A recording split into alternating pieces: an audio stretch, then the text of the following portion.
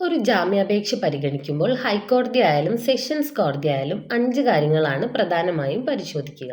1. കുറ്റകൃത്യത്തിൻ്റെ ഗൗരവം.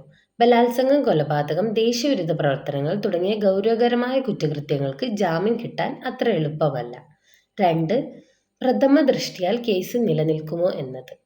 പോലീസിൻ്റെ FIR മാത്രം പോരാ, അതായത് വെറും ആരോപണങ്ങൾ മാത്രമല്ല, അതിന് കൃത്യമായ എവിഡൻസ് പോലീസ് ഈ ജാമ്യാപേക്ഷ പരിഗണിക്കുന്ന വേളയിൽ സമർപ്പിച്ചിട്ടുണ്ടെങ്കിൽ ജാമ്യം കിട്ടാൻ അത്ര എളുപ്പമല്ല.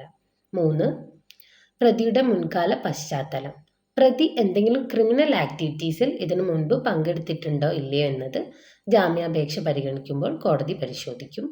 അങ്ങനെയുള്ള സാഹചര്യങ്ങളും ജാമ്യം കിട്ടാൻ എളുപ്പമല്ല. 4. ഒളിവിൽ പോകാനുള്ള സാധ്യത.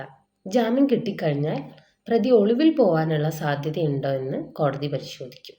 5. തെളിവ് നശിപ്പിക്കാനും സാക്ഷികളെ സ്വാധീനിക്കാനുമുള്ള സാധ്യത.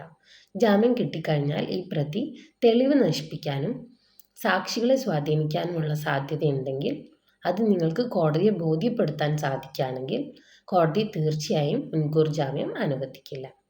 ഇത്രയും കാര്യങ്ങളാണ് മുൻകൂർ ജാമ്യാപേക്ഷ പരിഗണിക്കുമ്പോൾ കോടതി പരിശോധിക്കുന്ന കാര്യങ്ങൾ. അറിഞ്ഞു വെച്ചോളൂ. Thank you.